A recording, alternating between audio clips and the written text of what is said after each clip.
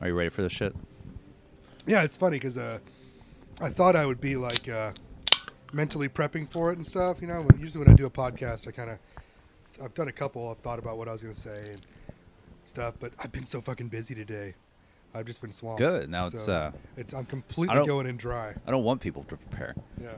It's kind of bad. Like, it's usually like prepare. What the fuck is that? I don't even prepare. When I've done it, it's been about a subject. Like I did a horror podcast one time. See, that's I was like, that's fine. But even on a horror podcast or something that has a particular, it's a podcast. You get talking. There might be some, beers, weed, whatever involved, and you're gonna get off topic. Yeah. You're going to get. That's almost guaranteed. So that's why I don't like the topic of all of my podcasts is me interviewing somebody. Yeah. And that's it. And I've already hit record. Oh yeah, I figured. I know. Well, I wanted to get the pop and open a beer. That sweet soundbite. The opening banter. This is the Breckening Podcast. Opening banter aside, I'm here with. I'm sorry, I got to use your first name, but we'll do that. You're mostly known by your last name. You're a last namer. There's plenty of last namers probably in here. We're at Pro Rehearsal Studios. I'm with Justin Prater. Technically, government name Justin Prater, but no, goes by Prater. And again, we got how many? So we got like you, Regis. How many other people just go by last names around here? Is it like Bird because there's a multitude of a multitude of Ryans now. Just it's usually dueling. It usually spawns from a multitude of too many of one first name. That's right. Yeah, so yeah. When I was in school, there was like, goddamn, a fucking dozen Justins. Yeah. Oh yeah. In my graduating class, and so. Everybody just became their last name. Yeah. And it worked out for me because I was also in ROTC where everybody would use last names. And then some of my friends started to refer to me as Praetera. Not Praetorian? No, Praetera. And I guess. That kind of stuck. If I was there and if I knew what the word Praetorian was at the time, maybe I caught wind of it in history class. Maybe I'd gotten into Warhammer 40K a little bit earlier. But I would have said Praetorian because it's militaristic and it's ROTC. Yeah. And, people are fucking hacks. So anyways. Well, in high school, we weren't Praetera. That That almost sounds like a Christian cover band of Pantera. That's me. We're Praetera. Here's mouth for holy war. And it's like, whoa, okay, I'm listening. I need 5 minutes alone with Christ. 5 minutes alone in the morning when I kneel and pray to God. I'm broken, but through Christ I can be put together. Praetera. Oh man. Oh, we stumbled upon something that should never, ever happen. It's not very well known by most people anymore, unless they knew me in high school. So few people remember it. To ground us somewhere, and then we'll blast off into whatever crazy directions we go on. We're in your office. You are the property manager of Pro Rehearsal Studios. How long have you been doing that? 11 years. Damn. All right. So anything that happens here has to go through you first. Typically. Pay tribute, whether it be alcohol, vape pods, or rent. Mm-hmm. Mixture of the three, I guess. They can kiss the ring, bend the knee. How'd you get into this? I asked for it. Oh, really? Okay. You suck it out. It's kind of an interesting story. I was up here. I wasn't even a tenant because I wasn't in a band. Okay. I was just hanging out with Regis and Secret of Boris. Back in around 2011 is when I started hanging out here a lot. I didn't even have a key to the building. I had to call somebody and say, hey, I'm here. Can you come let me in the building? And after hanging out for a few months, we'd be up here late at night drinking, sitting around. And I was looking around and I was like, hey, this is such a cool place. Mm. But man, it's not. At the time, it wasn't very well taken care of. Mm. There were flies around the trash cans, some cobwebs, a lot of empty rooms. And I was just sitting with Regis one night having a beer after a recording session. And I just go, I'd love to run a place like this one day. Whoever runs this place is a lucky bastard. And he just goes, you serious? Serious? I was like, yeah. You serious? I was like, yeah, why? He's like, I know the owner. Mm. And I was like, okay. Can you put me in touch with him? And so he put me in touch with the owner. And I told the owner, I was like, hey, I don't have any experience at this. I don't know what I'm doing. I really like this place. I think it'd be badass, and I need a fucking job. Mm. So can we put all those ingredients together and, give me a trial run? And it just so happened his previous property manager was on the way out. And so I showed up. He asked the guy to train me for 2 weeks. After 3 days, the guy just bails and never comes back. And I call my boss, Jeremy Mercer, the owner of Pro Rehearsal, and I said, "Hey, he left. How am I going to get trained?" And he just goes, "You'll figure it out," and hangs up on me. And that was it. Then you just moved in and you're like, all right, I just started figuring it out. this is my office. I would call him every now and then, and I'd be like, "Hey, I don't know what I'm doing.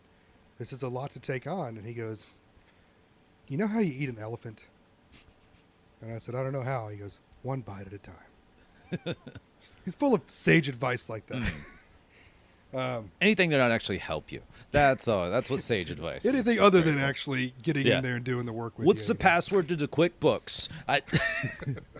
You'll figure it out. There's a legal pad somewhere. Don't worry. Just draw vertical lines. You're good. So I just kind of figured it out, And it wasn't until years later I remember I was sitting in his office, not here because he never had an office in this building. And he goes, "Hey, where's that book I wrote on how to run Pro Rehearsal?" And I was like, "What? This exists?" Was that a great bit? And no, Or he was was he was serious. He's oh. like, "I wrote a fucking book on how to run Pro Rehearsal, like a step-by-step instruction manual." And I was like, "I've never seen this. I've been here for 5 years. I've never seen this thing." You're telling me there was a book? And so I started looking around the office, and I found it. Wow. And it was literally a step-by-step instruction manual. And I looked at it, but I already had my ways made by then. And so I put it back on the shelf and continued doing what I was doing. To be found by the next generation of property managers. It's even in PDF form now. I did scan it. Oh, see, there you go. Technology. He used the original technology of books, and then you digitized it Yeah. for posterity. Yeah, at the time, I didn't even have access to the books from here. So everything I wanted to do, I'd have to collect rent here and then drive to a different office and wait till somebody wasn't using their computer to access the books. Is this just like any random office? You're just picking an office building in Dallas, just like, all right, score. They didn't log out. Let's just My boss crunch these numbers real quick. He owned a metal shop down the street where he actually ran this company from. And since I was the only employee, He owned a different metal shop. Yeah. And and actually, ironically, in that metal shop, he had built a Pro Rehearsal room for himself. So in the but he middle of also owns a this big warehouse was a room that looked just like every room here, and that's where he would jam. So when I would walk in that room over there, I'd be like, "This is fucking weird." Well, I mean, good thing he has different fingers in the pie. But hey, well, he found the guy to run it. Yeah. 11 years later, Well, the guy found he him. found the right guy. Oh, yeah, true. If you didn't try to find him, he would have been SOL. I guess, yeah. I don't know what he would have done. Apparently, he'd been. Or maybe through, the guy left because he's like, fuck it, Prater's got it. He'd been through a few managers before. I'm the longest reigning one so far. He has owned this place since 2004. For a couple years, he ran it, and then he went through managers up until 2012 when I took over, and then it's just been me. Okay, nice. It's always good to know the boss. And by that, I mean you. It's always, anytime someone's here, it's like, hey, can I let you? I'm like, I'm waiting for Prater. And they're like, he's not just some homeless guy with a backpack or a homeless comic. There's comics that if they always walk around with backpacks, and I'm just like, somebody's couch surfing right now. Because otherwise, thank God I'm a comic with the backpack, but I got my podcast equipment in the backpack, and I'm not just going to walk around with that shit. But So what do they have in their backpacks? all their belongings. All their belongings? Or enough of them to, probably like show clothes and hopefully like socks and underwear, maybe pants or a shirt. I don't know. So do comics have show clothes? Kinda. It all depends. So 'Cause I know definitely as a band member, as a musician, I have show clothes, but I never knew comics had show clothes. So there's plenty that do, and they might dress a little nicer on stage. With male comics, I say male across the board, doesn't matter your background. These days, not as much as it was like heavy 5-7 years ago. For a lot of comics, it was like blue jeans and specifically, now there's some that still do that, my buddy Paulos included, red flannelly button up. It was always red, like red flannel button up, blue jeans, and then it doesn't matter if shoes or whatnot. But that was it. That seemed to be the uniform for male comics.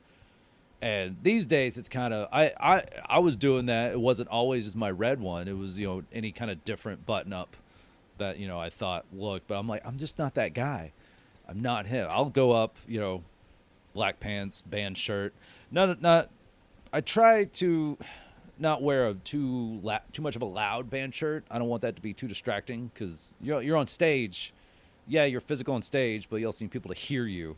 So you don't want to add any more distractions. Not just trying to read the shirt. Oh yeah. Like, See this one's a decent. It's a band of Washington or Seattle area. Helms Ali, loud as fuck. I've seen them with Mutoid Man and Cave In. They definitely influenced by like loud noise rock acts, even the Melvins, but just 3-piece, loud as fuck.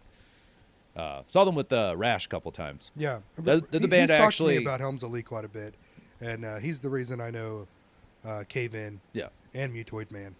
There's the band where I did stand up while the guitar player was fixing one of his strings, and thank God I had a witness. Rash did that because it's always something you're like, oh, like this could happen. It never happens, but the one time it did happen, like they're at Curtain Club, open up for Mutoid Man, and they're a band where the guitar player's got one guitar, so he's just like, hey guys, sorry, my guitar string broke, I gotta fix this. This is that story. Yeah. Okay. And then the drummer, I think it was the drummer or the bassist, either one, she was like, yeah, give us a minute. Is there like a comedian in the audience? Yeah. And immediately me and Nick looked at each other. I'm like, hand going up.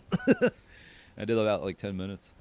And then they came back through with Cave In, and they're outside before their set, like literally doing stretches, which is nice to see. I'm like, these guys take it seriously. They're not even like jumping around on stage, but they know they're moving their body. They got to do some stretching. And got to get warmed up. like, hey guys, what's up? Remember me? I did stand up the last time you were here. And they're like, oh, hey, what's up, man? And but no, yeah. So this shirt, we're talking about something visual. It's mostly black with like red on there, so it's not too distracting. Something's going on. It's actually like a unicorn seahorsey thing coming up out of the waves. I see. Yeah. Yeah. But which fits their motif. Just one color, They so. definitely have like a nautical motif to their say. Also, the drummer, she's a marine biologist, so it kind of fits a metal their band whole, with a nautical motif, huh? not just for early 2000s hardcore bands. Oh yeah. That had anchors and ships just for no reason. I'm just like, guys, you're from Ohio. I don't think you got too many sailors. Well, in you your only have band. so many choices, though. When you're going to pick a motif for your metal band, it's either, if you're thrash, you got to go medieval, or neon future apocalypse. Oh yeah, you can do that. Which that's all of them. I mean, you can get away with space, maybe. That might work. Sci-fi kind of works. It's like fantasy or sci-fi. So which fantasy or which sci-fi subject is going to be your motif? And then what little subtopic genre and thereof. You see, you don't want to be the metal band that's just like, our motif is that we're from fucking Cleveland. It's like, oh, okay, fuck that. We like Cleveland shit. It's like, we don't know what that means. Play a song. It's always like sea serpents or some sort of mythical creature. And this is a metaphor for my sister's drug addiction. Okay. I can go with that. That seems to be the way it goes, No. So I think I'm talking about Mastodon, really. Mostly definitely just talking about early Mastodon. Mastodon, yeah. And then they're kind of like, yeah, I can see that. And then they're kind of like, I don't know, we get spacey too. Throw some planets in there. being here at Pro Rehearsal, we're like, the metal studio, and so I hear a lot of different metal bands, and you get to know kind of what to listen for. Like you're going to listen for words like blackened skies, witching hours, things like that. And it's like, I always wonder this about those metal bands. Like, are they in on the joke? Like, is it meta? Like, do they know and consciously decide that this is going to be what they're going to do? Or do they believe they're doing something original? And I question that, but I don't want to go ask them that because they sound like they're pretty pissed off already. But I always wonder, like, is this like a club you get into? And it's like, okay, what are you? Okay, you're black death metal, right? Okay, so you have to talk about this and this and this, and this is what you're going to sound like. Our band's name always has to use this font. Yes, or exactly. something like that.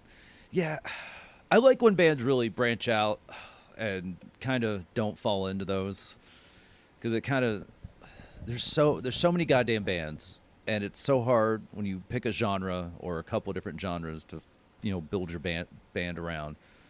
It's just like, oh, do we all? It's like crusty, like death metal bands always have that fucking unreadable logo. Oh yeah. Black metal bands always have like probably that shitty album art. That's it's just like, also it's purposely recorded to sound like shit. Yeah. Or and hardcore bands again, I remember such a heavy nautical motif back in especially the early 2000s when I was really into hardcore. Punk kind of does it, but punk also has a lot of different ways to go about it. But I think punk is so aware of the meta. Yeah. Like they're existing within their own metaverse, and they know that's like on purpose. Like, we're punk, we have to do what all the other punks do, and if you are the least bit catchy or melodic, then fuck you, you're not a punk anymore. I'm talking about Green Day. Or you could just totally pump out catchy and melodic stuff, and then you're playing with those kind of bands, bringing that crowd, and having probably a great fucking time. But I think punk is always, they got a lot more wiggle room when it comes to logos, designs, motifs for merch. Well, I mean, they're definitely they only know 3 chords, so they have to spend their creative energy somewhere else. Different. It's like Bad Religion always has that one font for theirs. Like Lagwagon always has this one logo for theirs. I always like it when a band kind of mixes it up a little bit. It's so funny because before I was a big rock music fan, I was into country music a lot. But so when excuse me, I would see these punk bands logos and these metal bands logos, and to me they were all the same based on their presentation. And so when I saw things like Bad Religion and bands like that, and then I listened to them and I was like, huh? I was expecting something like heavy and aggressive and brutal, and it's rancid. Rupi Soho's a great fucking song, but it doesn't sound rancid at all. This doesn't mean at all. And then I got into bands like eventually like Gojira. I'm like, okay, this is what I thought everybody sounded like that wasn't country back Mastodon, then. Gojira, those are also like heavy animals, fictional or extinct.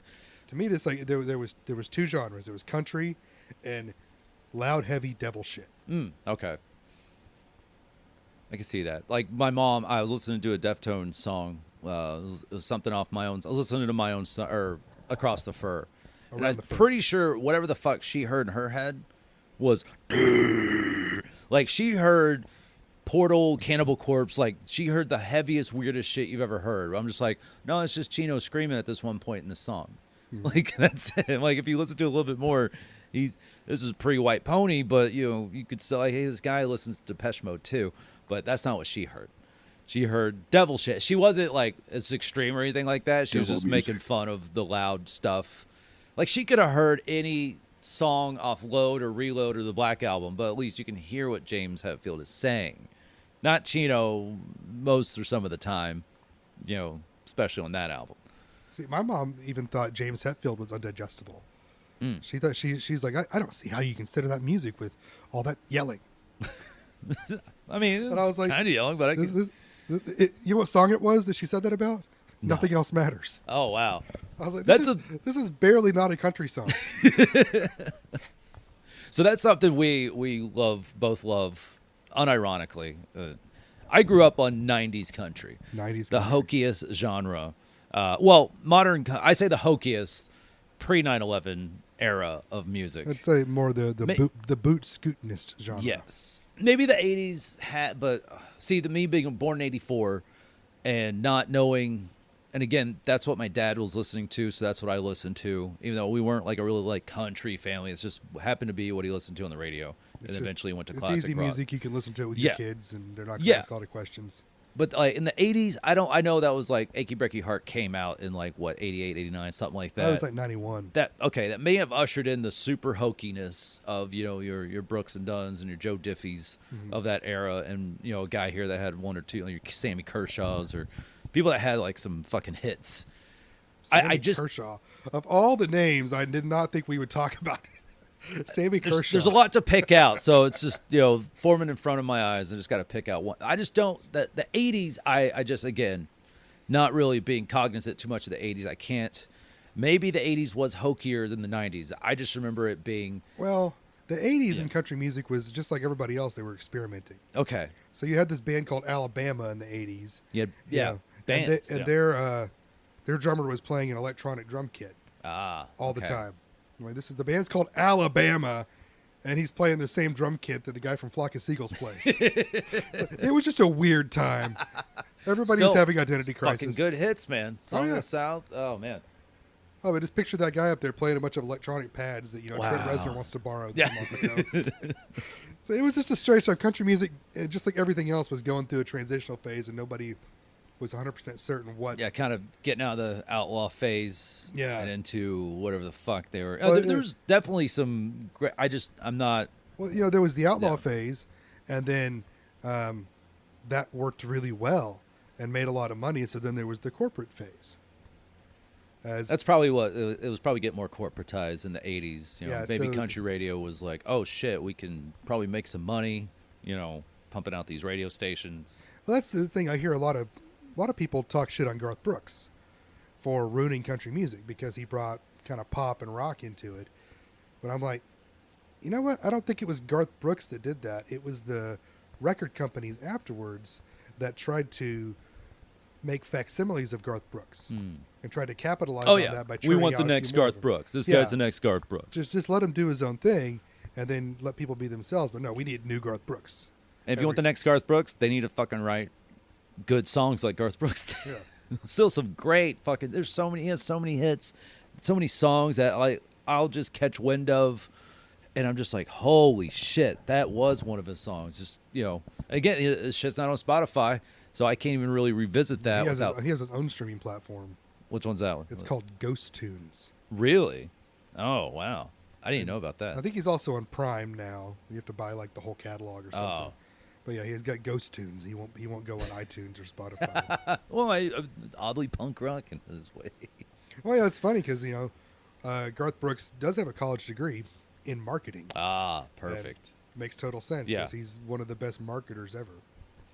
Also helps when you fly across your audience, which probably the first time it's been done in country. But it's like, well, fuck, man, they got when you're.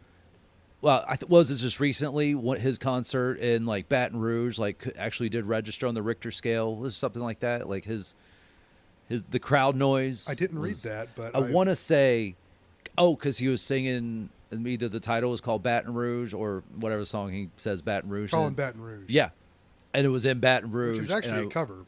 Oh, really? Okay, did not know that. Most people don't know that. I don't know who. But did still, the he was original. in Baton Rouge, and I think that was such a loud response that it like kind of registered, you know, like a fucking Seahawks game or, you know, one of the big time sports arenas. Like, damn, you're doing shit right. Yeah. And, you know, I had a handful of country cassettes growing up. It was Marty Stewart, Mark Chestnut, I believe. Yeah. And Garth Brooks, whatever that the album with Rodeo on it. Whichever one that Rope in the Wind. There you go. Okay. I was a Garth Brooks aficionado. Pretty much, that was my first love of music was Garth Brooks, and so I knew everything about the guy. I had books on him, authorized and unauthorized autobiographies or biographies. You wanted the whole scoop. I knew everything. It was funny because, you know, at the time I'm a country fan, but as I grew up, I realized, oh shit, that was a rock show. This is rock and roll. This isn't traditional country. Him smashing guitars and flying across the audience. That's a fucking rock show. I just didn't know it yet. And even like reading all the autobiographies, I'm like, he's a rock star to me. He's the first rock star I ever idolized. Oh, okay. But at the time, I was like, I just like this country music guy. And then when I started getting into like Nirvana, Metallica, things like that, Aerosmith, I was like, wait, this is this is a lot like the Garth Brooks I liked as a kid, but that was country, and this is, oh my God, he was doing a rock show in country. Man, he did grow to phenomenal heights. That I don't like. Maybe there's some dickheads around these days that I just don't know the name of that maybe hit that. I mean, again, just, No, I mean, they play to big crowds, but they're not doing anything close he to. outsold the fucking Beatles. Damn. I mean, he outsold Michael Jackson. He outsold U2. I mean, he is I think it's still the record for the most album sales by a male solo artist ever. And I've never seen a video of any of those people you mentioned giving their guitar to an old lady in the crowd. Yeah. I remember seeing that. I was just like, well, fuck. He was already beloved. Now that's going to get out. I saw a video of him recently at a show, because when he does a show, he usually does like an installation where he'll stay, 5 or 6 nights in one city. Oh, smart, yeah. Excuse me. But anyway, this girl brought a sign, and it said, I caught your pick in 1992 when I was like 8 years old, and I brought it with me tonight to give it back to you. And so he like pointed her. He stopped. He's like, "Hey, come here." She showed him the pic. He's like, "Oh yeah." He's like, I remember that one. He's like, "I don't need that back. In fact, here's a few more." He gives her some more. He's like, "You know what? I'll just sweeten the pot." Takes off his guitar and hands it to her. God damn. I'm just like, holy shit, that girl's year, her life is made right now. I don't need a man anymore. I got this Garth Brooks I guitar. got Garth Brooks' guitar. Well, I noticed whenever he does it though, he always first takes off the strap that has his wireless pack and everything on it. All the expensive shit, you know. Because they probably give him those guitars. He's got his own signature guitar line. It's probably on his rider. Yeah. I got to have so many of these to give away or smash or whatever.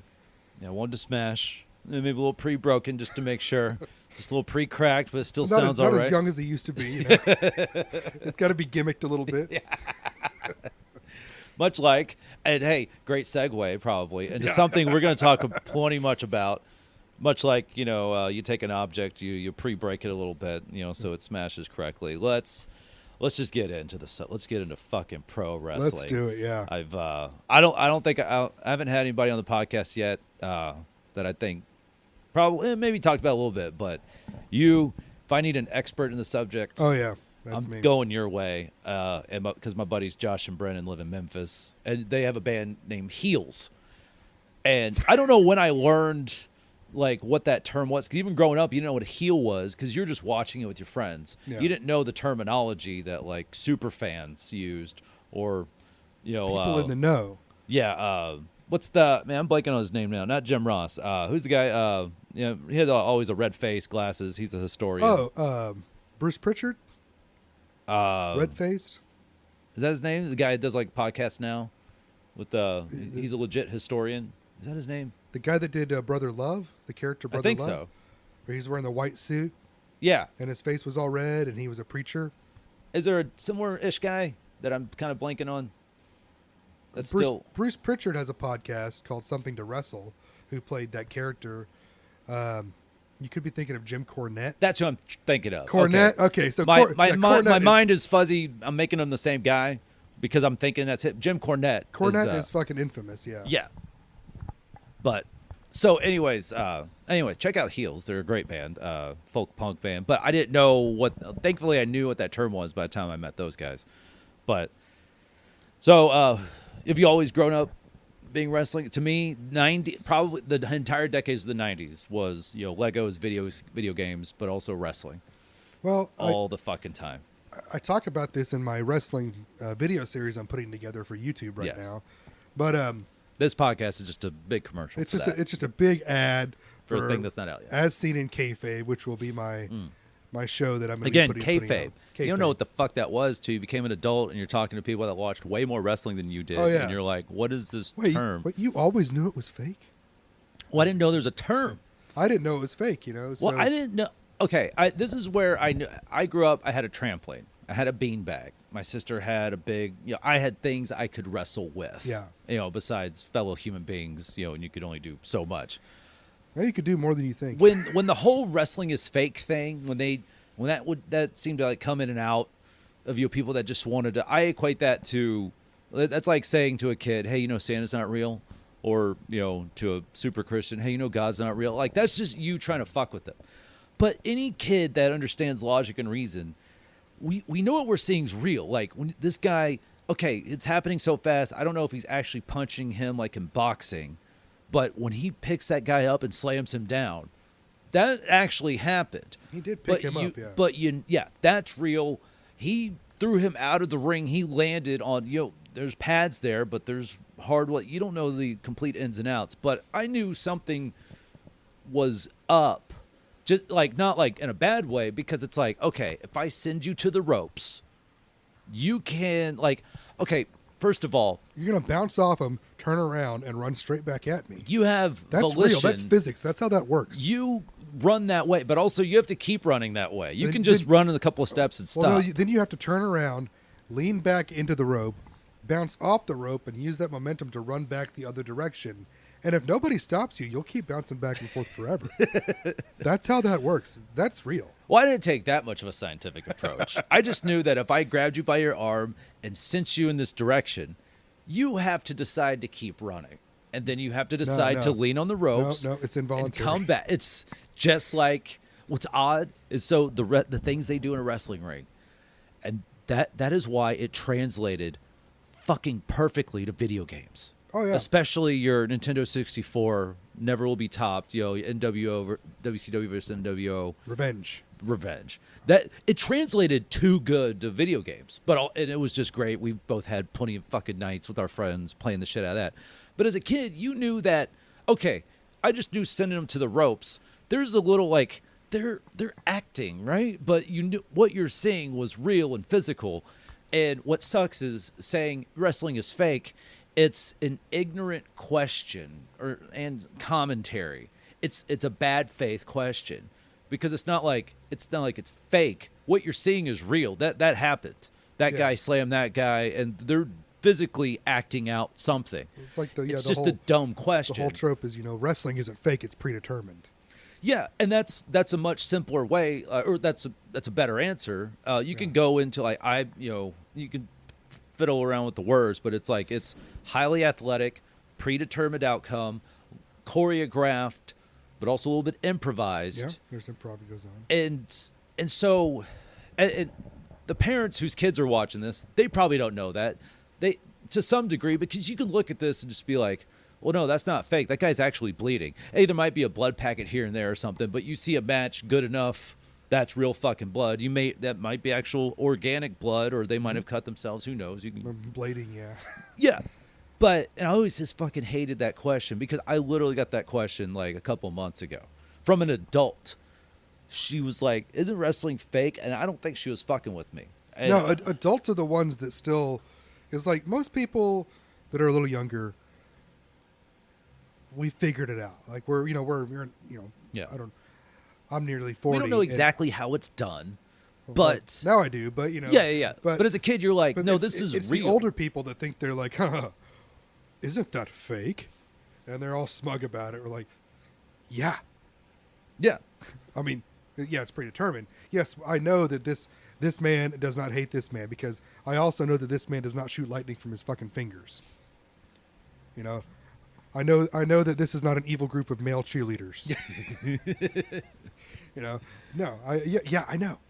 They're gonna get in their car and go home tonight, and yeah. If anything, it was a distraction from what it. I always just hate it. I've hated it ever since. Especially, what's weird is I can't believe me at 38 years old in 2023, an adult said that to me, and I'm just like, do you not know? You're an adult. Do you not know how that's done? It's choreographed, pre-scripted, improvised. That person doesn't watch insanely movies. athletic. Those aren't show muscles. Plenty of them can be, yes. But there's what's great is this day finding out, like, thanks to the internet and podcasts, but especially clips, because I don't have time for all the podcasts, but finding out all the wrestlers that other wrestlers hated. They're like, he fucking sucked. Like the one recently, what's his name? The Regal something. William Regal? It's this clip, him talking about how Goldberg, just a shitty wrestler. And I was like, I'm like, wow, because as a kid, again, I know the wrestling, we could just move the whole wrestling is fake thing in the back, just because it was crazy that turns out. Literally months ago, I was asked that question, and I'm pretty sure she wasn't fucking with me because I'm not one of those guys that still watches. I don't watch wrestling this day. I just don't care about it. Yeah, these me days. neither, man. Yeah. This is, that kid shit. I can name you like 3, and anyways, but I was as a kid, you're like, oh, Goldberg, this guy had all the charisma. He came out just fucking badass. Oh, he's got this streak going. As a kid, though, I didn't know he was a bad wrestler because he was just oh, he's got the streak, and you're waiting for the spear. That's all you're waiting for. Yeah. And thanks to podcasts and all this avalanche of wrestling podcasts and, YouTube, TikTok and YouTube shorts, I'm like, oh, he was a bad wrestler. There's these great, technical wrestlers like your Bret Harts of the world and, guys that are good at what they do. Who hates Goldberg? Yeah. And then there's who are some of the bad wrestlers? Bad wrestlers. They were bad at what they do. Not characters. That's a whole different, that's an acting muscle. But well, the thing about that is the bad wrestlers usually they don't get very far. True. Yes. Goldberg got there because of his look. He had the look, and also Stone Cold Steve Austin was pretty big. And didn't they kind of need something to play off the NWO at the time because that was just kind of their thing. They were working with Sting, and Sting was doing that at the time. Okay. But over on the WWF side, Stone Cold was huge, and then Goldberg went into the wrestling academy they had at the time, called the Power Plant, and WCW. They took a look at this guy who walked in. He's big, he's bald, he's white. Oh. They're like, oh. And so instead of letting him go through the academy, they gave him the Cliff's Notes version of how to wrestle. Wow. And got him on TV as fast as possible. To counteract the Stone to Cold counteract thing. Stone Even Cold, though Stone Cold had, a few different iterations in his career. If you think about it, you got black trunks, white guy, bald head, goatee. Here we go. So here he is. This will confuse children, I guess. Oh. So they gave him 2 or 3 moves. He could do those 2 or 3 moves. He's going to go out and squash everybody in 30 seconds. And that's where William Regal comes into the picture. Oh, yeah. Is the wrestlers in the back were starting to go, I don't think this guy can fucking wrestle. And they're like, Regal. He's going by Steven Regal at the time. Yeah, okay. And they're like, I want you to go out there with Goldberg and just do 6 minutes. Just do 6 minutes of regular, old school, classic wrestling. And Goldberg couldn't fucking do it. Wow. He looked like shit. Everything was stiff. He didn't know how to fall down. He didn't know how to do anything. He knew how to do 2 moves. Wow. That's all he knew how to do. And so Regal's out there trying to work with this guy who doesn't know how to tumble. He doesn't know how to do the hold because it's like a dance. Yeah. And so it's like dancing with a partner who has no idea what the fuck they're doing and has no rhythm. And it looked terrible. And that was basically the people in the back who were like, yeah, okay. Well, that confirms what we already knew. Anyway, back to the formula. 30-second matches. Not doing that again. Oh, wow. And that was pretty much the case until, Goldberg ended Bret Hart's career by kicking him in the fucking head. Oh, man. And to this day, Bret Hart still talks about that. Oh, how much he hates Goldberg. Man, yeah, see, he comes up on plenty of clips, and Bret Hart was also, I don't know what it was about him. He just, as a kid, every kid wanted to be right there and get those fucking sunglasses. He wanted to get the glasses. Get that, and he wasn't even like a super baby face or anything. He was just cool. I know something about it, like the cool stringy wet hair with the with the sunglasses, the pink, the audacity of the pink. But that didn't you're like, no, that's fucking awesome. Like you didn't take a second to be like, he's wearing pink. Yeah, he's fucking wearing pink, and so is the Anvil. It's he's wearing fucking pink. His nickname is the Hitman. His move is called the Sharpshooter. Yeah. He's the excellence of execution.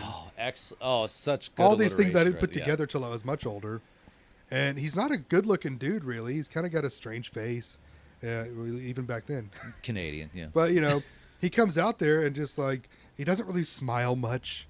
He's real serious. Doesn't have the biggest amount of charisma, even for a wrestler. But he just doesn't give a fuck. And he's just going to go out there and he's going to wrestle. He's going to win. And when you mature enough, you can really fucking appreciate what he does. You also realize you're kind of like, man, I'm glad I really liked him as a kid, because as an adult, you can really respect what he did, because he was just really a fucking really good wrestler. Yeah, and he's still known as probably one of the best in-ring wrestlers of all time. He's up there, and people always ask about the Mount Rushmore of wrestling. Who would you put up there? Like, My personal Mount Bret Rushmore? Hart types that are just good technical wrestlers. Yeah, Macho Man Randy Savage, obviously. Really? Okay. I always get confused. I didn't know if he was lumped in with, like, because people are like, Hogan, he is what he is. He was probably better than Goldberg, but, Hogan could go, actually, Okay. back in his day, but they didn't really let him go. Got it. Okay. Because he did some matches in Japan with some of those Japanese guys, and it turns out Hogan had some good skills back then. Okay. So, But Macho Man. They wanted a Hulk, yeah. so Yeah. Macho Man was a good wrestler. Really? Okay. He was a great Good athlete. to know, because to this day, He was committed to the character. probably last night, and probably after we're done with this, someone's going to quote Macho Man on this property. Probably happening right It'll now. probably be me. I've got the hat over there. I think I've got the glasses around. Yeah, my glasses are right there. One of my favorite comics, working comics right now, Dan Soder, does a really good Macho Man.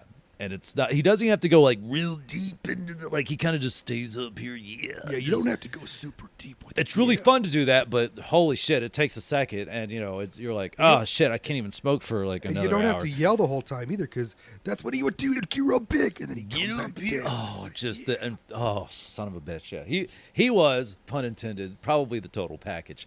Oh, yeah. Because good. Because I need a more expert eye to tell me like who the better wrestlers He are. could talk. He could go in the ring. Yeah, and he did the high flying, like his, The flying elbow drop. and that's fucking, Hogan wasn't doing that shit. No. Luger wasn't doing that shit. And he was a massive fucking dude, but also an athlete. He was super insecure. Oh, really? So Okay. he didn't like the fact that Hogan was literally larger than him. Oh, you're talking about like physique-wise? Physique-wise. Oh, wow. Yeah. He didn't like the fact. Really? And he was balding. And he didn't like the fact that he was balding. Ah. Now, keep in mind that the biggest guy in wrestling at the time was totally bald on top, Hogan. Yeah. So Savage was weird. That's why he always wore a bandana. And he didn't like this. So there's one picture of him with Hogan. They're both doing their poses.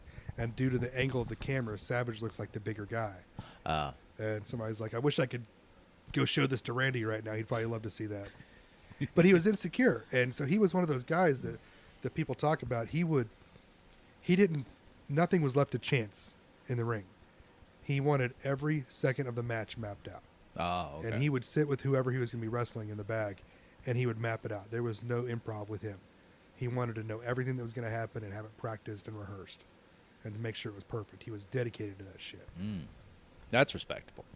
Yeah. Yeah. So, yeah, Savage, Shawn Michaels.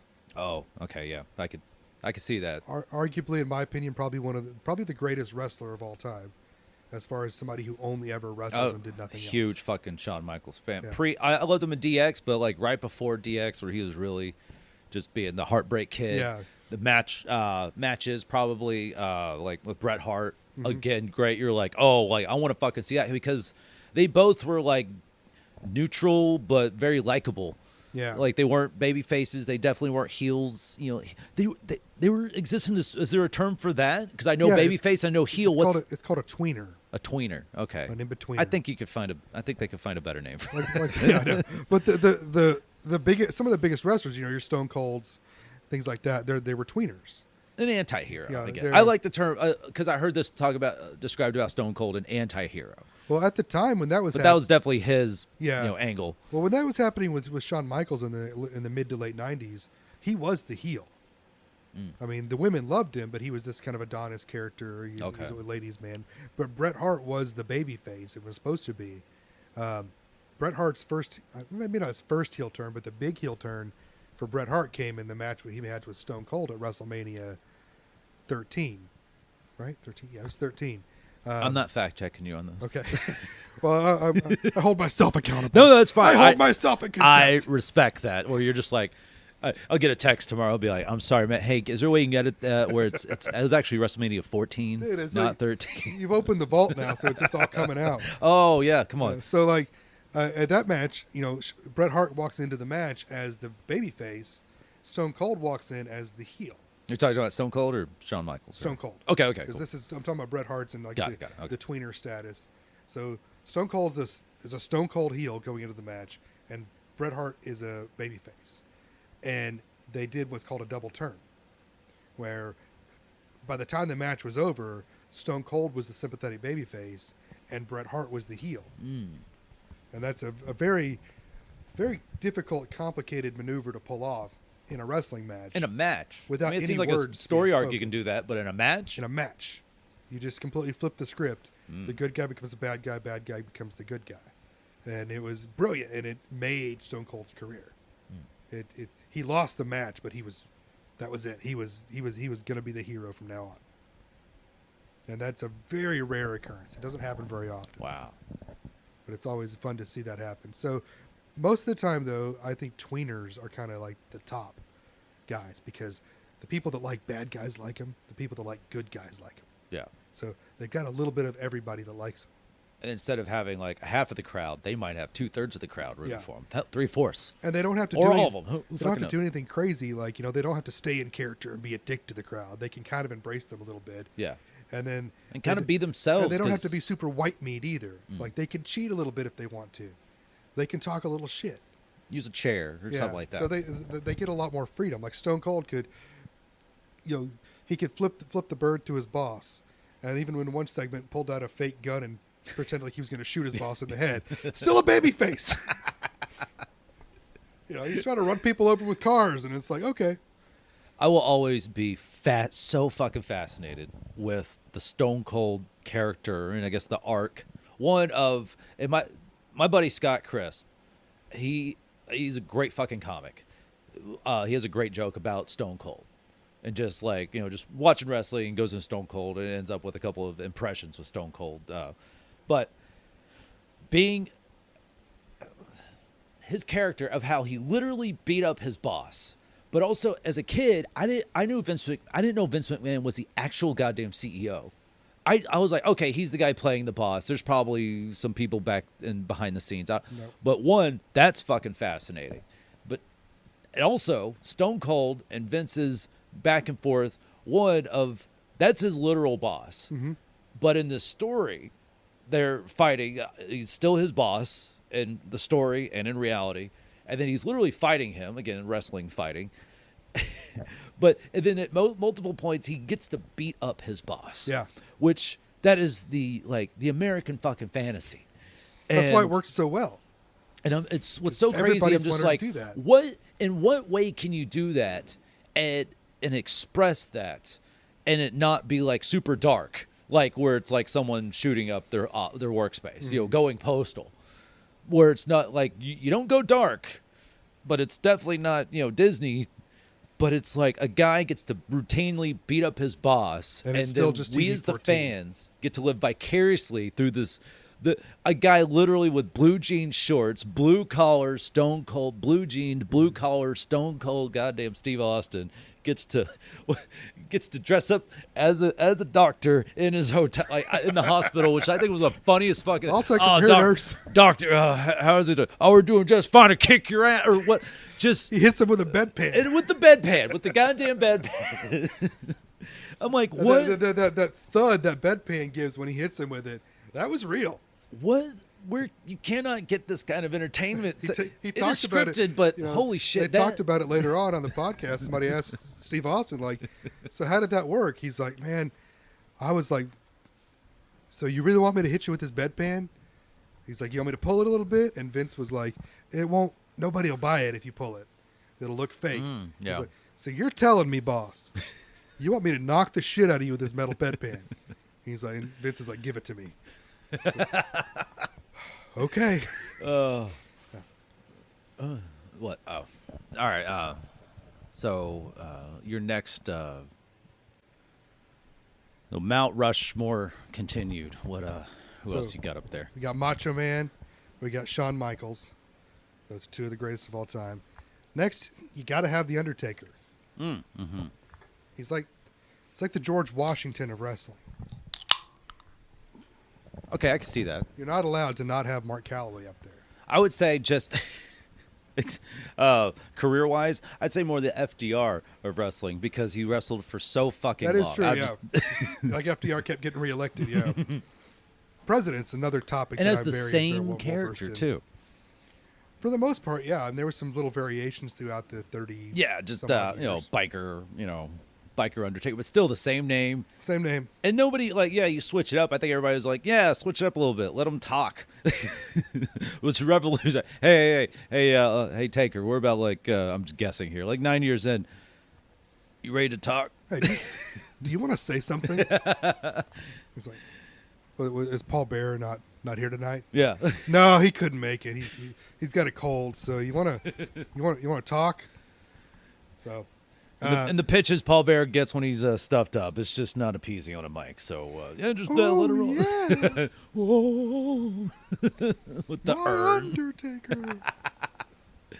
But yeah, he was, he was from the get-go. You're like, who the fuck is this guy? Well, He's kind of scaring me. He was one of when I started out liking wrestling, it was like I knew Hulk Hogan because Hulk Hogan. Yeah. I knew Randy Savage because of Slim Jim. And I knew The Undertaker because fucking scary dude. And I was like, 7, 8 years old. So I was like, oh yeah, the dead guy, the beef jerky guy, and Hulk Hogan. That's wrestling to me. And before I watched wrestling, that's all I knew. I didn't know anybody else. I didn't know anything that was going on. I just knew these three guys. They were basically monster trucks to me. Okay. Yeah. It was like Gravedigger. Like for a while when I was a kid, I'm pretty sure I thought Undertaker drove the Gravedigger monster truck. Great, like, co-promo. So, the way I got into wrestling was during the NWO era. I happened to flip on wrestling one day, and I went, "Wait, that's Hulk Hogan. Why is he being mean? Mm-hmm. What's going on here? I thought Hulk Hogan was awesome. Now he's being bad? I'm curious, but this is the 90s. There's no internet. I can't go back and at least Unless you wanted to buy a wrestling magazine. Yeah, I didn't even know those existed. Yeah, yet. So I knew they were just because I was I had a video game magazine subscription, but I'd sometimes check out some other ones. Yeah. But magazine stand, just and also trying to. They all the Playboys always had like plastic on them. Where you're just kind of like I can't look at that anyways. Oh well, they have wrestling magazines. What is this, wrestling? Yeah, so maybe there's some girls in it. But ooh, Sable. Rena Marrow. Oh man, that's her real name. Oh, yeah. But so I figured out, I was like, okay, this show comes on what, Monday? Okay, on Monday, I'm gonna watch this show again next week because I want to know what happened here. And then I didn't understand, and I kept watching every week to try to figure out, why is Hulk Hogan bad? Like, what happened to Hulk Hogan? And I never did figure it out watching the show. Because, so you weren't into wrestling when that happened? No, I missed it. Man, oh, it was and so I was earth-shattering. like, okay, well, this guy Sting is awesome. And there's Macho Man. I remember him. Undertaker's on these other show, which I'm like, there's another show? What? And then I went to Blockbuster one day, and I discovered they had a wrestling section that went back like 10 years. I was like, oh, this is where I can do my research and figure out what happened. So I rented all these tapes. I was like, okay, now I get it. Hulk Hogan was good. Then he turned bad. He formed the NWO. Now I understand. Now I can stop watching, right? Now that the question has been answered. Oh, okay. Yeah, I'm no longer going to watch the. Yes, I'm in. It's now been over a year, and I'm in. And that was it. I was in. I'd sometimes watch those old. I wish that I kind of did go and watch those old pay-per-views, especially like Blockbuster, because that was, you want to talk about like the biggest case of FOMO as a kid. When you're into wrestling and you just couldn't get that pay-per-view. It's a Sunday night. And you're like, maybe you had sometimes you have a friend that was like, hey, I'm getting this pay-per-view, come over, and you're like, fucking A, and you're like, Mom, Dad, can I please fucking go over there? And I think maybe 2 or 3 times I would, because that shit was like $50-$60. That ain't nothing. That's something for your parents. I think back then it was like 30. Okay. But still, that was like $29, in the 90s. And then maybe you get some friends together, throw in $5 if you had $5 to spare, or you're just like, can this be a birthday or Christmas present? But being at a friend's house. So did you ever order one? At my house, I want to say maybe 2 or 3 times, and I go maybe once in a while. The old brown cable box on top of the TV. Oh yeah, we had Paragon. And Paragon. You had to call. Yeah. And put in the number of the pay-per-view you wanted to watch, right? Oh yeah. Well, so the first time I'll take your word for it because my dad did. The first time I ever ordered a pay-per-view, I wanted to do that. and I wanted to watch. It was the St. Valentine's Day Massacre in 1999, and I called, and you had to turn it to like channel 24, I think it was, or something, to watch the 23 pay-per-view. or 24, one Something of those, like yeah. that. So I called to order the pay-per-view, and it was an automated thing, and I punched in the number, but I punched in the number wrong. I got a number wrong. And it confirms you have just ordered How Stella Got Her Groove Back on pay-per-view. And I was like, motherfucker, because it was only like $5 or something like that to watch this one movie. And I was like, well, I've never ordered pay-per-view before. Let me flip on How Stella Got Her Groove Back and see if it's actually playing. How does this work? And so I flipped it on, and sure enough, there was the movie playing with no sound. Oh. And so I realized at the time my cable box was broken and had no sound. Huh. But I still really wanted to watch that pay-per-view. So I ordered it anyway. Yeah. And I watched it in complete silence. Wow. Just could not hear a thing. I could just see what was happening. Damn. And it was actually kind of cool. No, well, I mean, yeah. I ordered a couple more after that, but that one still stands out. My mom still makes fun of me for that one.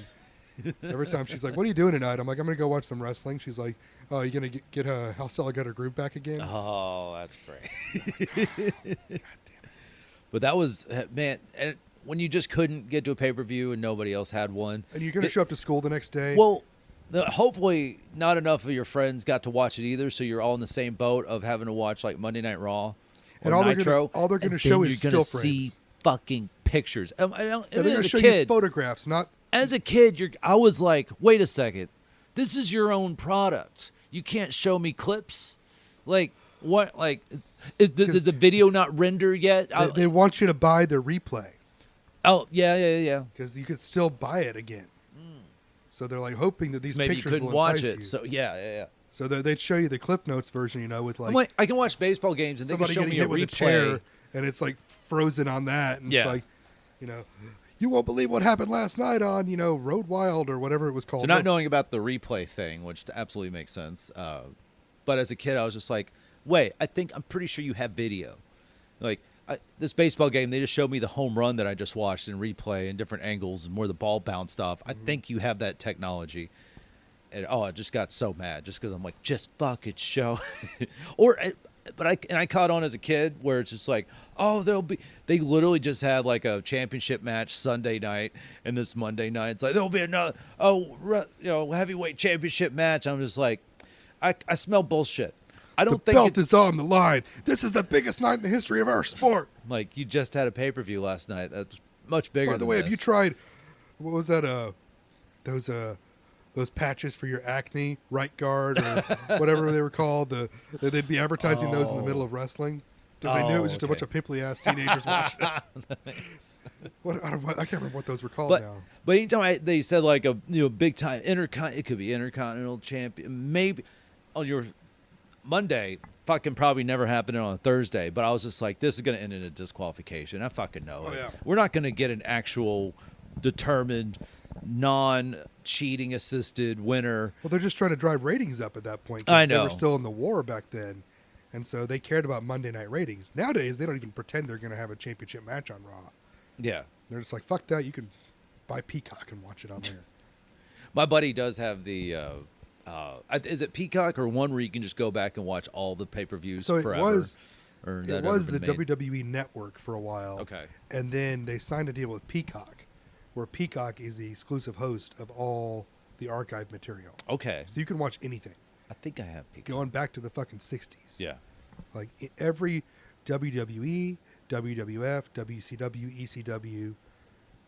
Well, even event ECW. ever. I remember there was show. there's those kids that were into ECW, and you're just like, Oh, yeah. all right, no.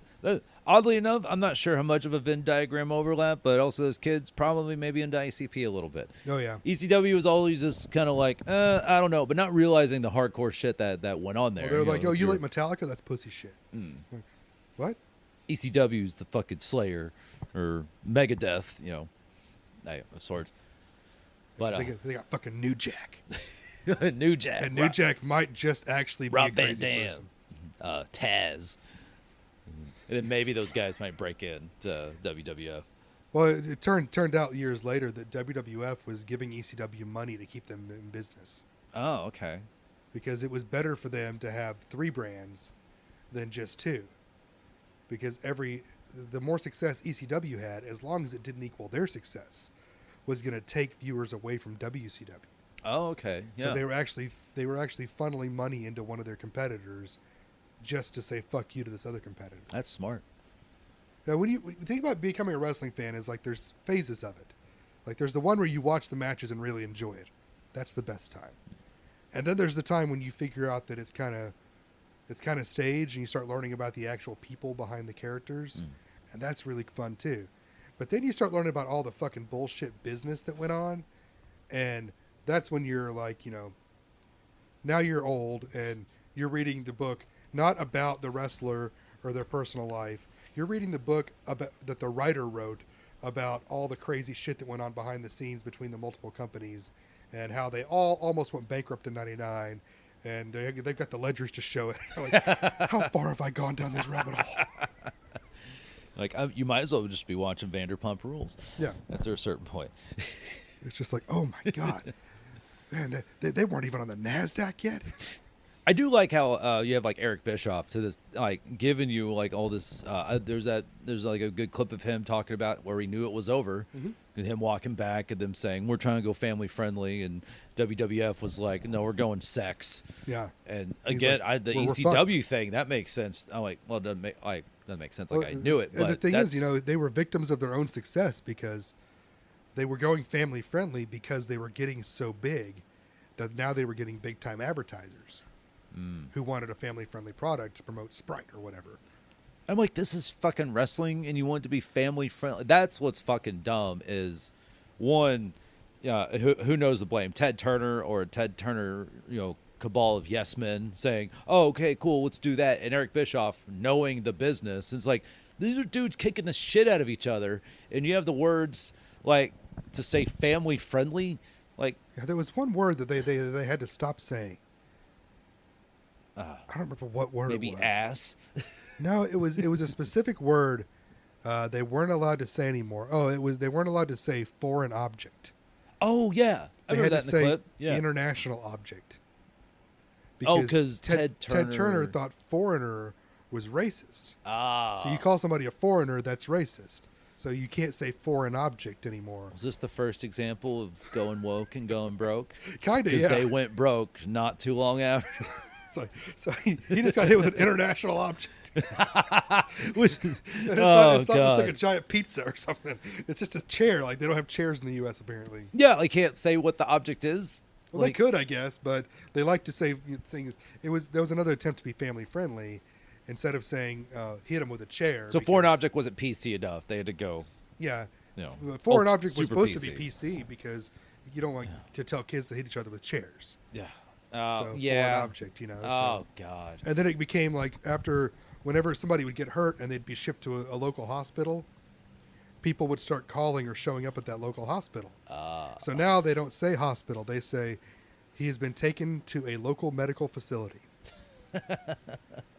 Just all the things that take you out of it. Kicking the shit out of each other. I don't. Oh God, it's so. Well, guess what? That's why it failed, and that's why Didn't Eric Bischoff end up going and working at WWF? Oh yeah, after he that? did.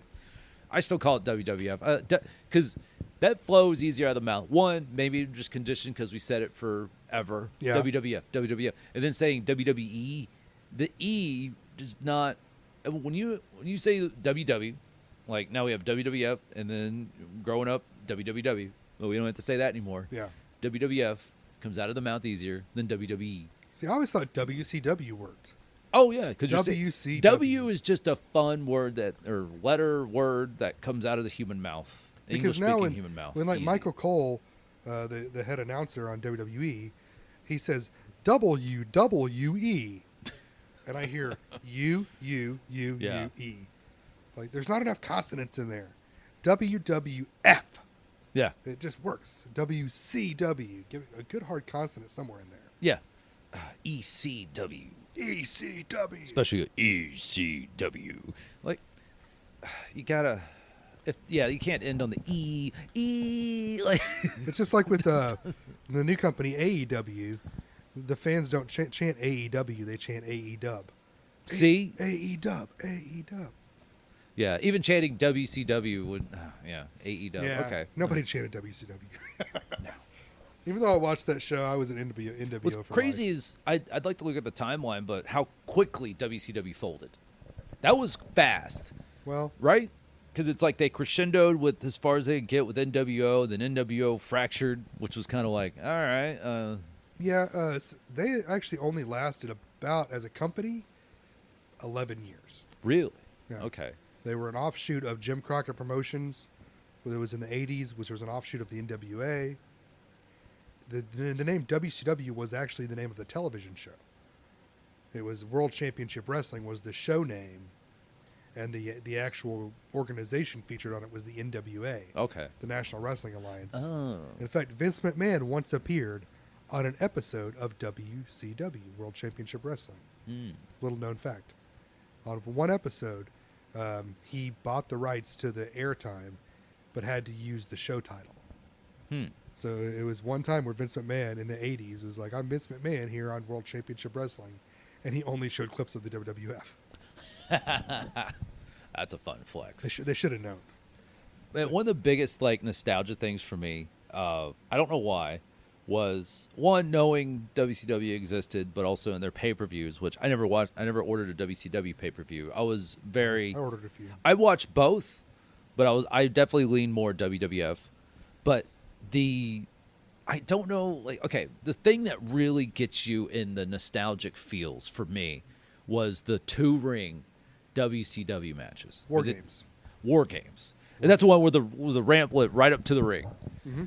But there's sometimes where there's a cage on top. There was a cage on top of it, yeah. So the whole night would have the 2 rings. Yes. But the War Games match put a cage over it. Yes. And that was and that's War just Games. something like, because I don't think you weren't seeing any of that shit in WWF at the time. You might see a steel cage match, maybe, but this again might be early '90s, late '80s. They still do those now. Yeah, WWE owns the rights to that. And they do it, and so does AEW does their own version of it too. But that was WCW was all about using multiple rings. Their Royal Rumble version that they had was had 4. It had 3 rings. Oh, 3. Okay. It was called World War III. Oh yeah, great name for a. And it was like pay-per-view. 60-man battle royal where you don't know what the fuck is going on half the time. There's 60 people in 3 rings. You're just hoping to catch the who flies over. Man, one of the best. You probably know what I'll get. One of the best entrances / quick exits of all the WWF Royal Rumble was one of the Bushwhackers came out doing his walk, Jim. coming out, immediately getting tossed over. Doesn't he land on his feet? Maybe He keeps on walking. and he keeps walking. And I think I had both of their toys. Bushwhacker Jim. Man, and then I had both. I had some wrestling. I had the ring, the wrestling toys. Definitely had, I think, both Bushwhackers, and then both of Demolition, the fucking corpse painted up black metal looking dudes. Demolition, man. They were for a long time the longest reigning tag champs. Really? That is a dorky fucking thing. Oh, we got some double bass going on in the Yeah, I room. believe that is my drummer right now. Oh. I'm actually texting him right now to turn off the subwoofer. Good segue too. Yeah. All right. That's perfect, actually. Thanks. Levi. Segues actually just they find themselves. Oh, by the way, my number 4 on the Mount Rushmore yeah. is Chris Jericho. Okay. Just because, I mean, the guy's Still wrestles. Right? wrestles. Wow. In a rock band. And Fozzy, yeah. Yeah, he's in a Fozzy, and he's an accomplished author. Okay. So I told my wife one day, she's like, "So what do you want to do? Like what's your dream?" I was like, "Man, I love playing music. I'd love to be a wrestler. Like that'd be really fun if I could do whatever I wanted. And I'd kind of like to be a writer." And she goes, "So you want to be Chris Jericho?" And I was like, "Yeah." You probably need to hit the gym first. That might be a good starting off point. He's not a big guy though. He still has a shit ton of muscles. I know. I've seen him wrestle. Not as many as he used to. Before we get I could beat his into ass. before we Chris, get in, consider this an open challenge. Uh-oh. The gauntlet's been thrown down. You're gonna have me on Talk as Jericho, Chris. The walls of Jericho are about to crumble here. So, fuck, I was about to say something. Anyways, that's always great to say on a podcast. I was about to say something, but I totally forgot. Sorry. Oh, so what's crazy? I don't know how much of this my life it would have diverted in a different path. My mom's friend. This was always weird. My mom may have been right. I don't know if she did this or not.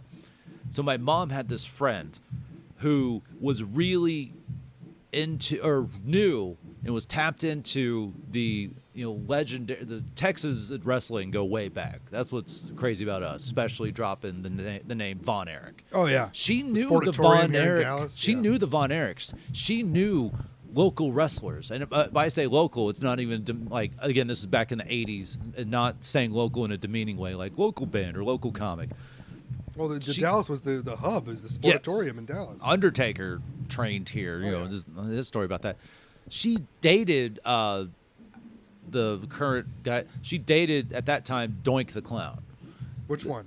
Again, that's why I say at that time. I don't know. There's been a few of them. Exactly. The original's dead. She dated Doink the Clown. She dated a fucking clown.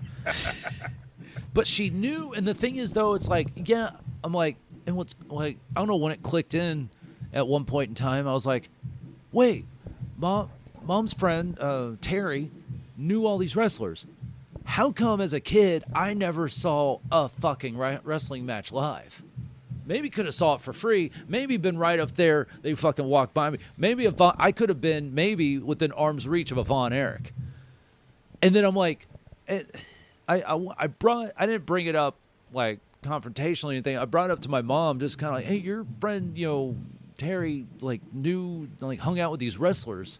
And I didn't get to the point where I'm just like, Mom, how come I couldn't see wrestling? I was living that shit. You bought me the toys. Maybe that's why. Maybe you just bought me the toys just to be like, well, if I give him the toys, he might not want to see it live.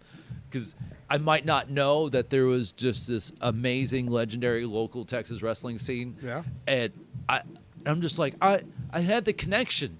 Like, through my mom's friend, I had the You connection. should have had a different life. I know. Like, maybe I would have been like, I want to do this. But then again, Oh, you're pretty tall, so maybe that would have worked for you. And I was a kid, then that's where you decide if you want to be a professional athlete. That's the best place for a lot of kids to decide. Yeah, a lot of them have pictures of themselves at events when they were kids. And that's when it all clicked. That's when I decided. But no, I was just like, wait, she knew the Von Erich. She knew a Doink the Clown, and God knows who else. That's just what I remember. I had a buddy whose mom or grandma or aunt or somebody had dated a gentleman, Chris Adams.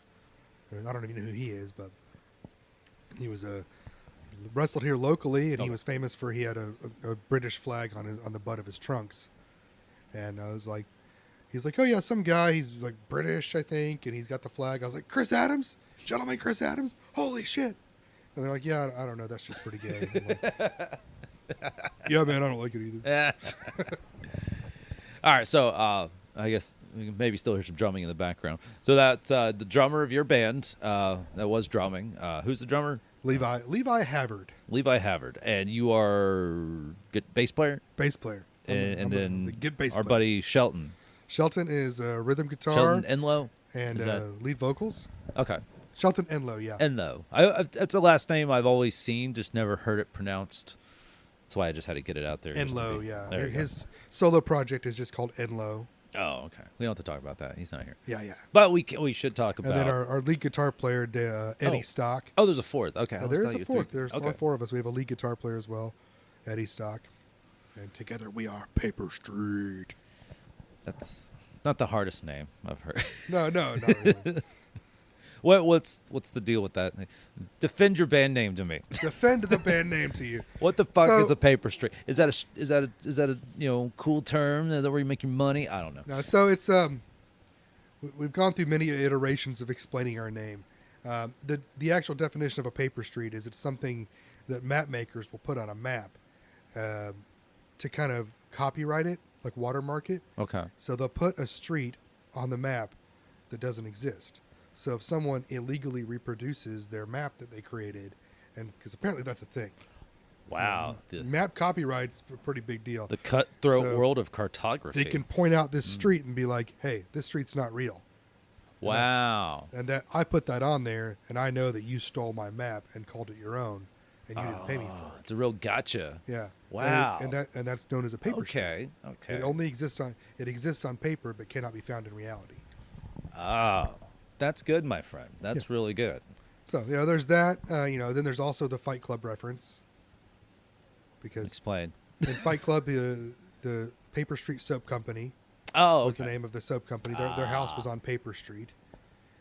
Doesn't exist. And we're like in his mind. and we're big Fight Club fans, and so when we came up with the name, it literally was like we wrote like 12 names on a board. Oh, okay. And we're like, okay, let's process of elimination. let's see which one we like the least. We dislike the least. Because picking a band name sucks.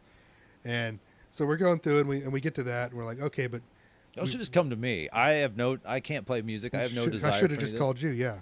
I have plenty. I'm like, what's your sound? What do you got? All right, cool. Give me a second. So I'll get back to you tomorrow. Then I'll invoice. We were you. like, we want to kind of, we don't want it to be the fight. We don't want to be the Fight Club band. Okay, yeah. But we do love Fight Club. So we picked. But you're not a hardcore band, so you don't want to invite. So we picked the name pits. Paper Street, and then we end up using a Tyler Durden quote as an intro for our show at one point. And then we started covering "Where's My Mind" by the Pixies, and we're like, fuck. And then Shelton goes out and buys this badass leather jacket that's identical to the one that Tyler Durden wears in the movie. And we're like, maybe instead of pretending we're not the Fight Club band, let's just be the Fight Club band, guys. Yeah. So we've just kind of people are like, when people used to say, "Is your name a reference to Fight Club?" We'd be like, no, it's totally this other thing. And no, do you like maps? And now we're just like, yeah. Yeah, that's us. Yeah. Yeah, that's us. We're gonna do "Where's My Mind," and he's got the jacket. We cover the entire soundtrack. That's our set. So we're a Dust Brothers tribute band. Deep reference. We also play shirtless, so or just Shelton. I don't know. If this is your first Paper Street show, you have to fight. Oh, okay. Where is my mind? Yes, that's a way to challenge your band. Be like, no, this. There's no chugga breakdowns. No, you just got to fight to some discord, some feedback. Pixies cover.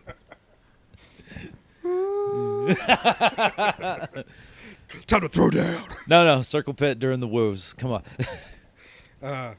It's Paper Street's fucking great. I can't believe we've been around as long as we have. Sometimes it feels like we just started last year, and we started in 2016.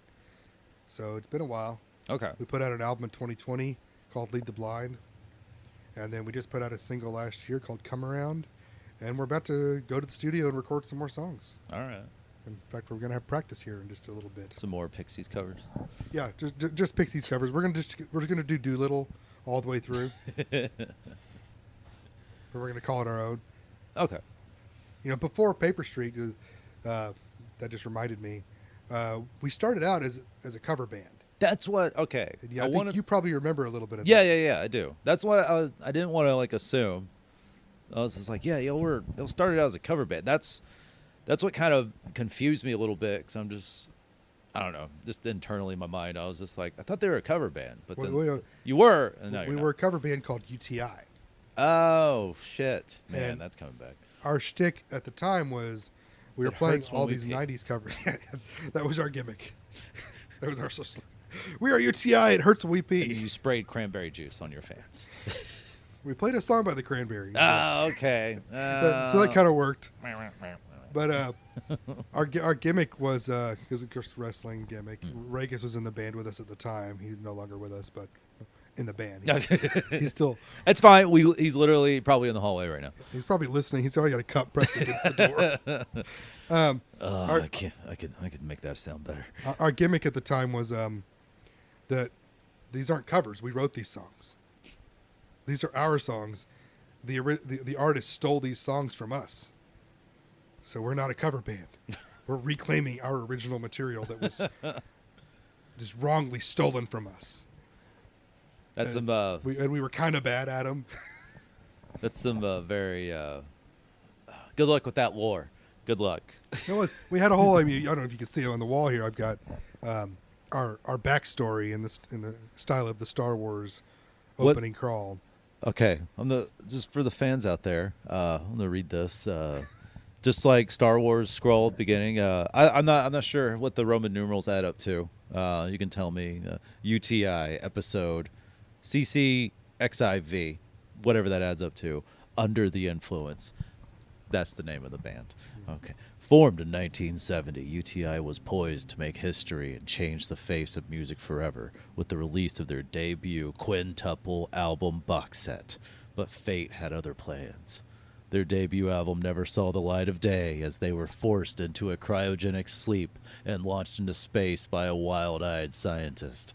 Part of some rock and roll wet dream about bringing music to the stars, they were gone. After drifting through the cosmos for over 40 years, UTI crash-landed back on Earth to find a very unfamiliar world. All trace of UTI was gone, except their songs. Each of them had been stolen, re-recorded, and re-released to worldwide acclaim. With no proof of their outrageous story, UTI reformed to reclaim their songs in the only way they can, on stages across the galaxy. UTI may be the most significant band in history, and with your support may one day reclaim their songs, their legacy, and their place in rock history.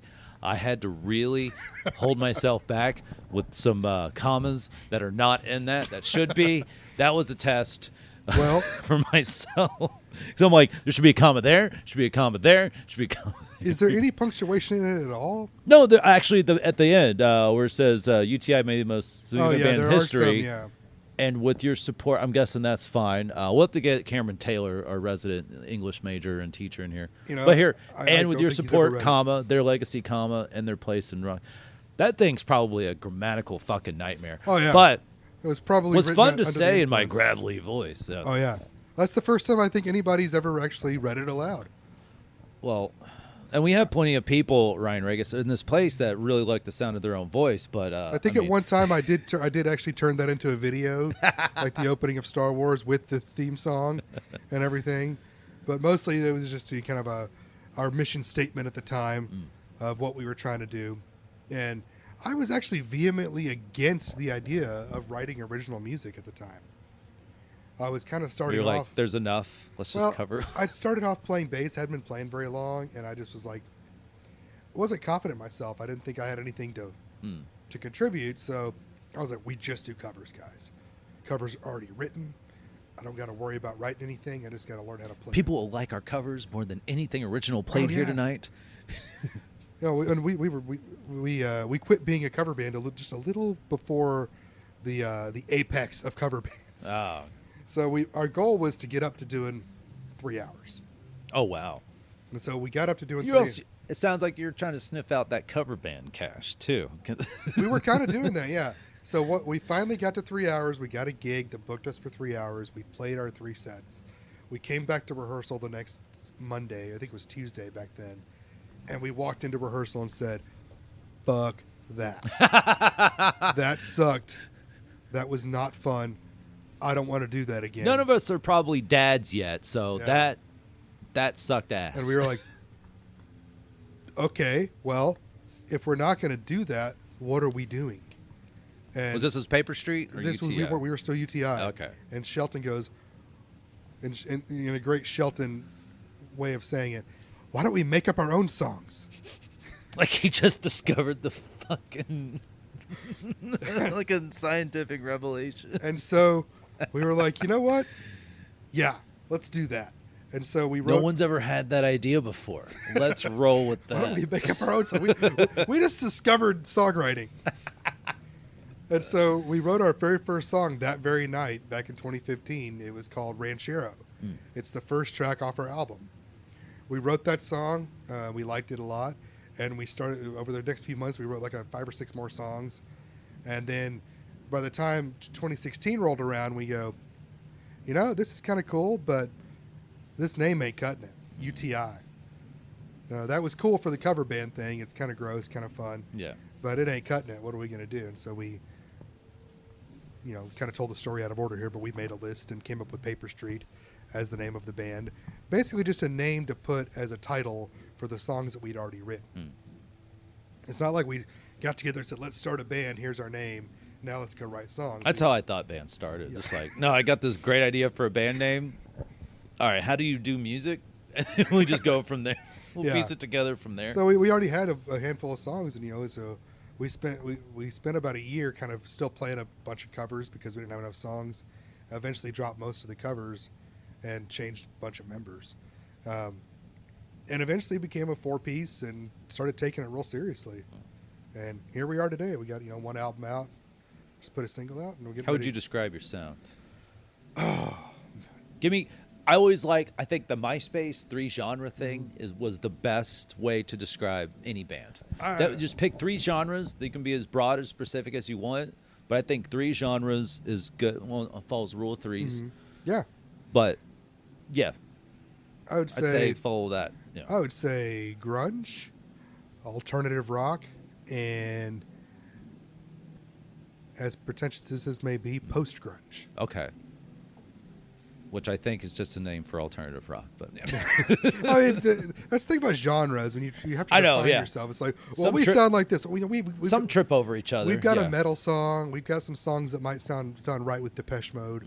It's for the most part, it's 90s, but it borrows from other things depending on the mood we're in and who wrote the song. So definitely no Fight Club breakdown pits. And actually, we have one song that might have. It could have a circle pit. Okay. Got a little good tempo to it. The song is called Dead. Because Circle Pit is more predicated on like speed than, riffs. You just need a good.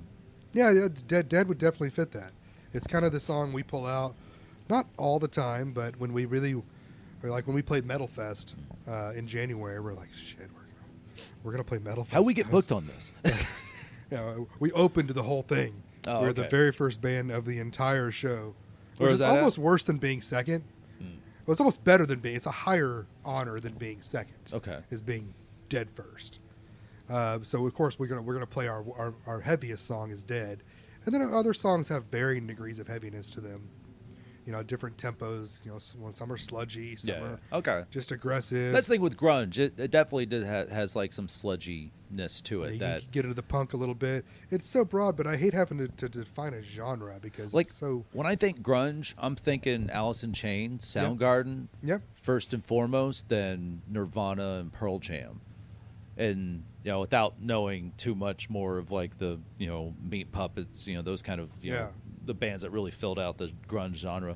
Grunge to me, because grunge got some riffs. Jerry Cantrell fucking riffs and songwriting. He is the fucking riff master. Yeah, and I think those and then Soundgarden and Pearl Jam, very rock and rolly, more rock and rolly than grunge. They all get lumped in under grunge, but even Nirvana was still just like this chaotic, punky alt rock. They were so much more punk than they were. Than they were grunge. The grunge genre always bothered me. As much as I like the music, it's kind of refers to the era.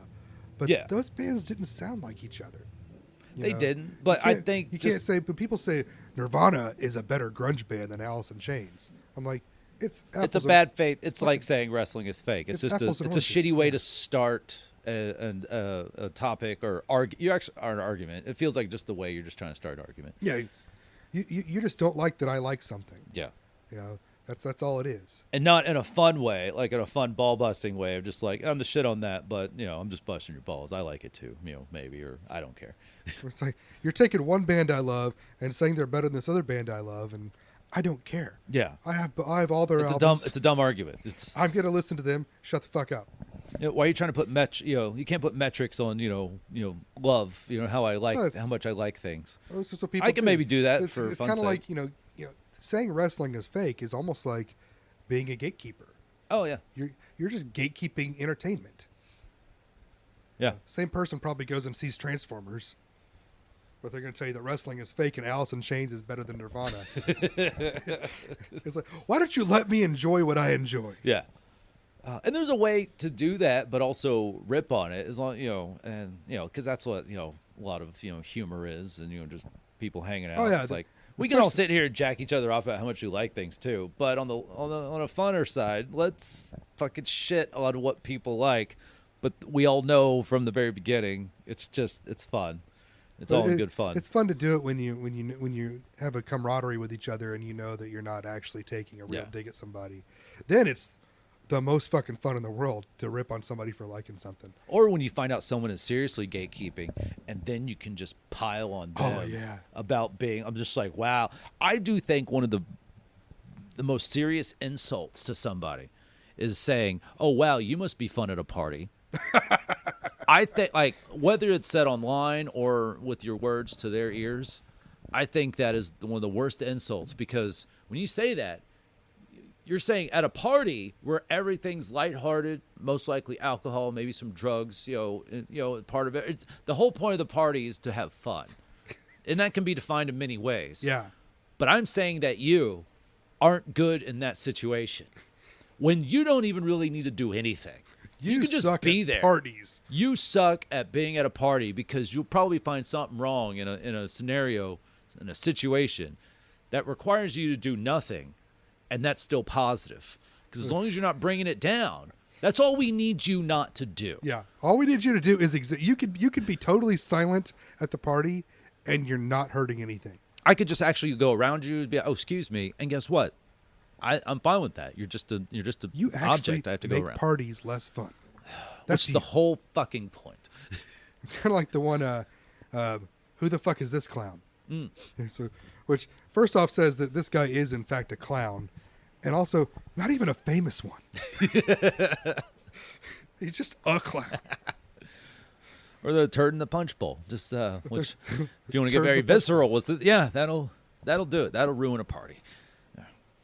But you, sir, my friend, you're definitely someone I do like partying with. I have on some occasions, especially here at Pro Rehearsal. Where you guys do throw down. Ironically, there.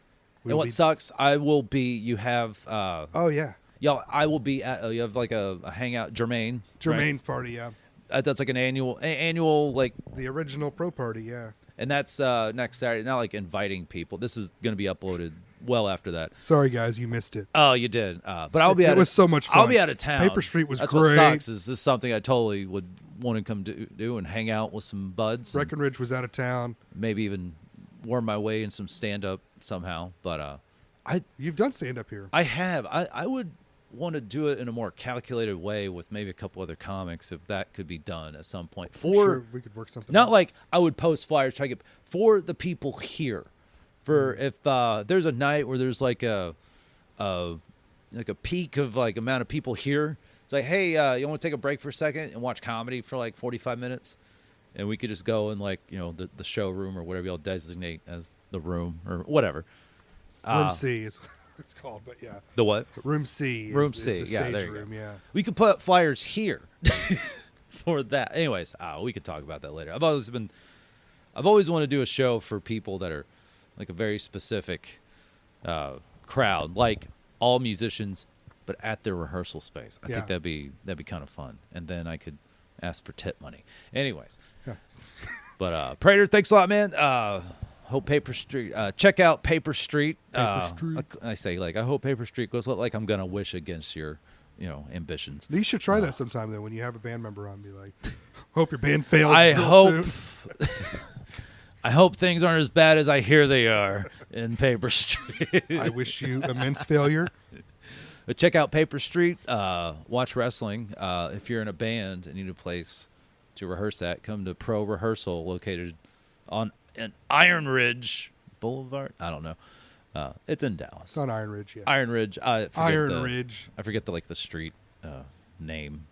No, what do you call road? It's Iron Ridge Street. It's there actually you a go. street. It's not very long. There's only like two. It's not. It is. It took me so the first few times coming here. I'm just like Iron Ridge. Oh, there it went. Fuck. All right. All right. I'll just make a right on Commonwealth here, and then I'll just Iron. Oh, there it went. Oh, fuck. You go right. Then I found the street. I'm just like Pro Rehearsal. Oh, there it went. God damn. There is no sign. We don't want to advertise all this expensive stuff we got. I know. Yeah. Well, that's probably best. So, what do you think we've learned here today? Nothing. Absolutely nothing. I did learn the Paper Street. That is the most informative thing I learned. That's very interesting. And I I nailed geography tests without even studying in school. I just like maps. I don't have a book of maps or anything like that, but man, do I fucking love a good map. Well, if you ever find a street on a map that doesn't exist in real life, like you look at the map and then you go there, you go, hey, what the fuck? And There's then you supposed to be a street here. Then you find another map. You were on a paper street.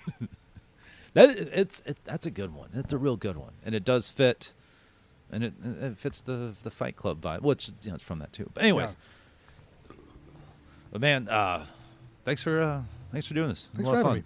This has been the Breckening Podcast. Check us out on Spotify. Us, check me out. This is all about me. By us, I mean me and the people I graciously interview. Or they graciously let me interview. I'm not the best at words. Breckening Podcast, Spotify, Apple, a lot of different ones. Come see me do stand-up. There's no ads. Do you have an Anyway. official sign-off? Fuck no.